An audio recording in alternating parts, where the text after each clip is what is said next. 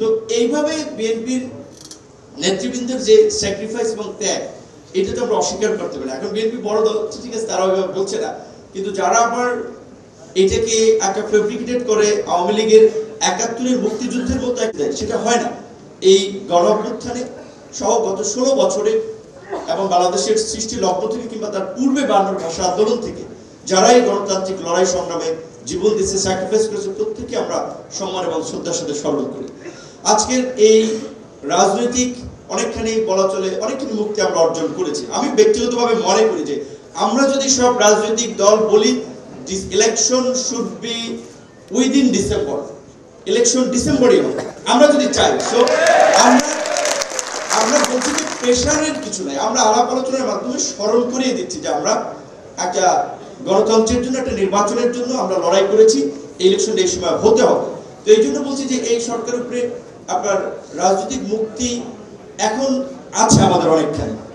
এখন সেটা কোন দিকে আমরা অর্থনৈতিক মুক্তিতে, সামাজিক মুক্তিতে, পরিবর্তন দিকে এগিয়ে নিয়ে যাবো, সেইখানে আমাদের কিছু যদি আমরা ব্যাকে যাই, যেমন বিএনপির যদি রাজনৈতিক দর্শনের জায়গায় আমরা বিএনপির প্রতিষ্ঠাতার রাজনৈতিক দর্শনের দিকেও যাই, যে সূচনা লগ্ন থেকে তার রাজনৈতিক যাত্রা মনে রাখে যে একেবারে তার প্রতিষ্ঠাতা থেকে শুরু করে ৯০-এর পরবর্তী সময় পর্যন্ত তরুণদের যে কন্ট্রিবিউশন, আগামী নির্বাচনে অন্তত পার্লামেন্টের অর্ধেক তরুণদেরকে আপনার সংসদ সদস্য হিসেবে বিভিন্ন জায়গায় মনোনয়ন দেওয়া উচিত। কারণ এখনকার সেন্টিমেন্ট পাসটা কিন্তু তরুণদেরকে নিয়ে।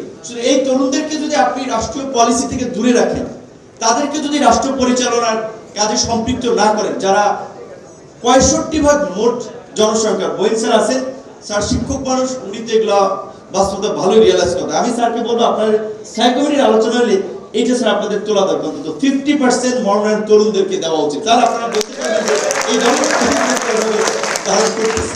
এবং আমি যেটা বলতে চাচ্ছিলাম যে নারীদেরকে, পিছিয়ে পড়া নারীদেরকে এগিয়ে নেওয়ার ক্ষেত্রে সেই সময় খালেদা জিয়ার যে পলিসিটা ছিল, যে উপবৃত্তির দেওয়ার যে সিস্টেমটা, আমি দেখেছি গ্রামের ক্ষেত্রে নারীরা কিভাবে তার ফলে অর্থনৈতিক মুক্তি, সামাজিক পরিবর্তন এবং সবচেয়ে আমরা যেই আলাপ আলোচনা করছি যে সংস্কারের কথা, সংস্কার তো ২ মাসে ১৫ দিন আমরা বসে সব সেট করে ফেলবো এমন একটা বিষয় না, এটা চলমান প্রক্রিয়া, চলতে থাকবে।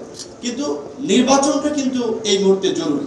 একটা গণতান্ত্রিক যাত্রার দিকে যদি আমরা না যেতে পারি, আমাদের গণতান্ত্রিক অধিকার যদি না থাকে, জনপ্রতিনিধি নির্বাচন করার সিস্টেম যদি আমাদের না থাকে, তাহলে আমরা সংস্কার কিংবা তরুণদের রাজনৈতিক ক্ষমতায়ন আমরা কিভাবে করবো? সেজন্য নির্বাচনটা জরুরি। এবং আমরা মনে করি যে বেশিরভাগ মানুষই এটা উপলব্ধি করতে পেরেছে ডিসেম্বরের মধ্যে একটা ইলেকশন দরকার। আমরা প্রধান উপদেষ্টাকে বলেছি ডিসেম্বর, কিংবা আপনি যদি মনে করেন ১-২ মাস প্লাস মাইনাস হতে পারে, আপনি সুনির্দিষ্টভাবে আমাদেরকে একটা মাস জানান। কারণ বাংলাদেশের গত ১৬ বছরের অভিজ্ঞতায় আমরা ভোট এবং নির্বাচন নিয়ে এখন একটা অনিশ্চিত একটা গন্তব্যের আমরা পরিস্থিতি দেখতে পাচ্ছি, যে ক্ষুব্ধ করেছিল। সেদিন রাতে আমরা তাদেরকে বলেছিলাম যে এই ছাত্ররা যে স্লোগান দিয়েছে, ছাত্র লীগ এখানে হামলা করতে পারে, ছাত্র দলকে এখানে ভ্যান গার্ডের মতো দাঁড়াতে হবে, প্রয়োজনে ছাত্রলীগও মরণ কামড় দেবে, যুব দলও যেন আপনার প্রয়োজনে নীলক্ষেত কিংবা শাহবাগে অবস্থান নেয়। সালাউদ্দিন ভাইয়ের সাথে আলাপ করেছি, উনি বলছেন চেয়ারম্যান সাহেব এভরিথিং নোজ। এবং পরবর্তী থেকে বিভিন্ন কর্মসূচিগুলো সালাউদ্দিন ভাই বাইরে থেকেও একটা ভালো কোঅর্ডিনেশন করেছে। এইখানে স্বপন ভাই থেকে শুরু করে ছাত্র দলের, যুব দলের নেতৃবৃন্দ তো ছিলই। এবং ঢাকা দক্ষিণের রবিউল ভাইয়ের তথ্য জানার জন্য আমার একবার মায়ের বেশি দিছে, মানে এমনিতে তো মনে করেন চোখ মুখ বাঁধা। তো বলছে যে রবিউল জানে এই যে আপনার বিটিভি ভবনে যে আপনার অগ্নিসংযোগ ভাঙচুর হয়েছে, মেট্রো রেল ধ্বংস হয়েছে, এগুলো জামাত শিবির, বিএনপির লোকেরা করতেছে। রবিউল জানে তুমি এদের সাথে নেক্সাস আছে তোমার। আসলে তার সাথে আমার কখনো আগে পরিচয় হয়নি।